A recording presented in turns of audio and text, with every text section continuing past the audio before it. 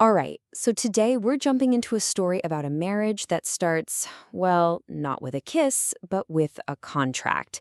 We've got two people who are total opposites, a proposal that makes absolutely no sense, and a secret that just flips everything on its head. Let's get right into it. Okay, so just try to imagine this for a second. You get married to someone you met like yesterday. You turn to them and ask, "So, why?" And this is what they say. Just flat, no emotion. It's baffling, right? And that's exactly where our story kicks off, with this huge flashing question mark hanging over everything.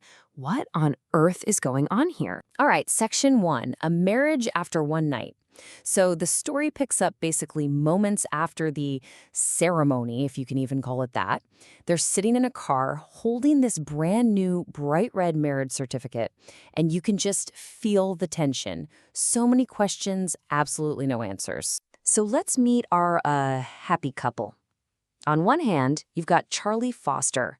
He's a straightforward guy, straight out of the Appalachian Mountains. And on the other, Amanda Lin. She's a high-powered CEO, a total urban elite with super refined tastes. I mean, these two are polar opposites. Their worlds could not be further apart, which just makes the whole "they're married now" thing even crazier. And let's be clear, this was no whirlwind romance. Not even close. We're not talking weeks of dating. They met one night, and the next day, bam, legally husband and wife. That single fact just hangs in the air, you know? And it makes that big question, why, scream even louder. Okay, moving on to section 2, the desperate confession. Because that why we keep talking about, it's about to drop. And trust me, it is not what you think. And there it is, the big reveal. This wasn't about love. It wasn't some weird spontaneous decision. Nope. It was pure, raw desperation. See, Amanda wasn't picking a husband. She was grabbing the nearest emergency exit. To escape a forced marriage to a guy she can't stand, she did something absolutely wild. She married a complete stranger. So once the truth is out there, the whole vibe just shifts. Instantly.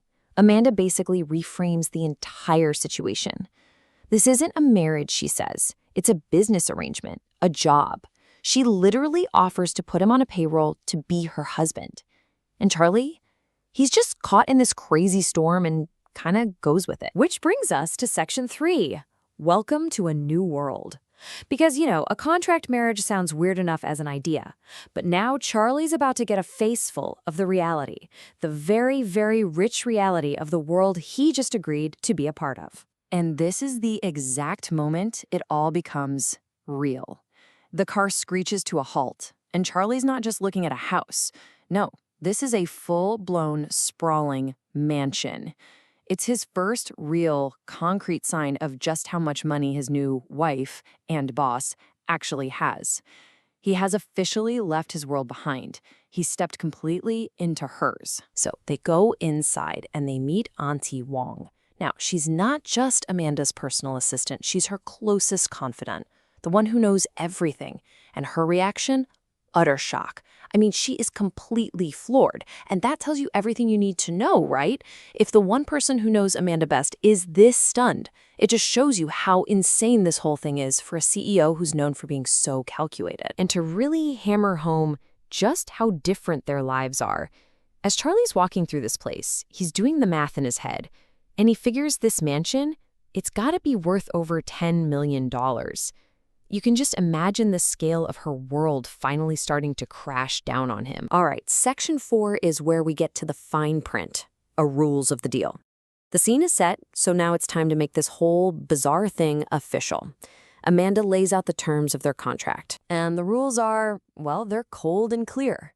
Rule 1, in public, they have to act like husband and wife. But behind closed doors, total strangers. Separate money, separate careers, separate rooms. And then there's this weird little twist. He's not just her contract husband. He's also going to be her employee at her company, the Autumn Group. Talk about a complicated work-life balance. So what does he get for all this? What's the price for playing the part? $50,000 a month. And she makes it very clear this isn't an allowance, it's a salary. He is officially a paid employee. And you might be thinking, how can she just throw that kind of money around? Well, because to her, it's practically nothing. A rounding error. Her company, the Autumn Group, is worth over $1 billion. This deal isn't personal for her. It's just another business expense. And then, after all the business stuff is settled, Amanda hits him with the final rule, the one that's actually personal. She just says, her bedroom is off limits, period. And with that one sentence, she draws the final, thickest line in the sand. She slams the door, both literally and figuratively, on any idea that this could become a real marriage. And it just leaves Charlie standing there alone in the hall, staring at a closed door and the cold, hard reality of his new situation. So that brings us to our last section, blessing or a curse. The contract is in place, the rules are all laid out, but now both of them are left with this nagging thought. Did I just make a brilliant move or a massive, massive mistake? So, Charlie's left alone, and what's the first thing he does? Exactly what any of us would do. He Googles her, and what he finds is, yeah, it's a little intimidating. She's not just some rich CEO. She's the Ice Queen CEO of a leading cosmetics brand with $1 billion market value. Powerful, famous, and known for being completely unapproachable. And his search also turns up a list of who everyone expected her to marry. You've got guys like Richard Crawford, yep, the same guy she was running from, sons of real estate moguls, heirs to prominent families, basically Houston's high society. And then at the bottom of that list, you've got this entry, Charlie Foster. Background, from the mountains. Status, the husband. He doesn't just stick out like a sore thumb, he's on a completely different planet. And at the same time Charlie's trying to figure out who he just married, we get this rare peek behind Amanda's own Ice Queen mask. For just a second, it slips, and you see her own doubt, her own regret. She thinks to herself, I got away from Richard Crawford, but I ended up with this man.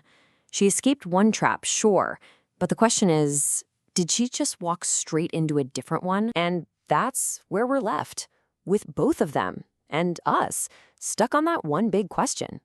She escaped a forced marriage she despised, but now she's legally bound to a total stranger.